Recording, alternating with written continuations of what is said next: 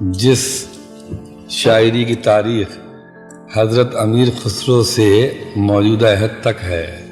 900,000 سال، اس میں اچھا شعر کہنا بڑی بات نہیں ہے، اپنا شعر کہنا بڑی بات ہے۔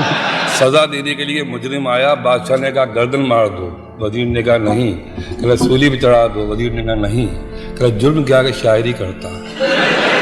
کہ لگے سزا کیا ہونی چاہیے کہ اس کے سامنے دوسرے شاعر کا کلام سنا جائے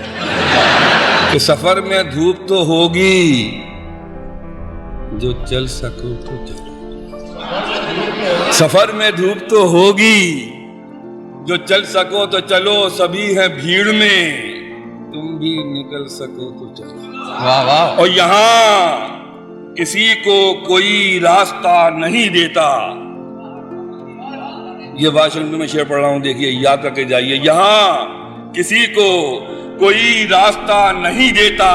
مجھے گرا کے اگر تم سنبھل سکو تو چلو۔